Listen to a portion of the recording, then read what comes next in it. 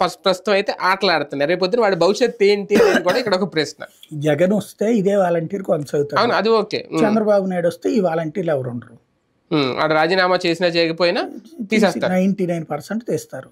లేదా నువ్వు మా పార్టీ కార్యకర్తలా పనిచేస్తానంటే నువ్వు ఇంతకుముందు అడిగి చేసావు కదా, ఇప్పుడు మాకు చేయంటారు. కానీ రోజు ఒకసారి గనక దొంగతనంలో పట్టుబడ్డటువంటి వ్యక్తిని పోలీసులు ఎలా చూస్తారు, అట్లాగే ఉంటుంది వీళ్ళని.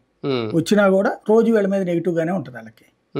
అంటే మధ్యలో వాలంటీర్ జీవితాన్ని తాకట్టు పెడుతున్నారు ఇద్దరు కూడా. ఖచ్చితంగా ఈ ఎలక్షన్ పేరు చెప్పి. ఖచ్చితంగా రేపు పొద్దున వాడి భవిష్యత్తు ఏంటో తెలియదు. కానీ వాలంటీర్ వ్యవస్థ అయితే ఉండాలి, అది తప్పదు, అవసరం. ఎందుకంటే అది చూశారు, జనం చూశారు కాబట్టి ఉండాలి. రేపు చూద్దాం మొత్తానికి కూడా వాలంటీర్ వ్యవస్థకే లేదంటే వాలంటీర్లకే కొత్త ఇబ్బందులు వచ్చి పడ్డాయా? రేపు పొద్దున్న ఎవరు అధికారంలోకి వచ్చినా జగన్ గారు వస్తే వాళ్ళు కంటిన్యూ అవుతారు, లేదు అంటే కొత్త వాళ్ళు రావడానికి ఆల్రెడీ మార్గం సుగమం అయిపోయింది. టీడీపీకి సంబంధించిన కార్యకర్తలు ఆల్రెడీ ఇంటింటికి వెళ్తున్నారంట, మేమే కాబోయే వాలంటీర్లు అని. అది ఎంతవరకు కలిసి వస్తుంది కూటమికి అనేది ఇక్కడ వేచి చూడాల్సిన అవసరం.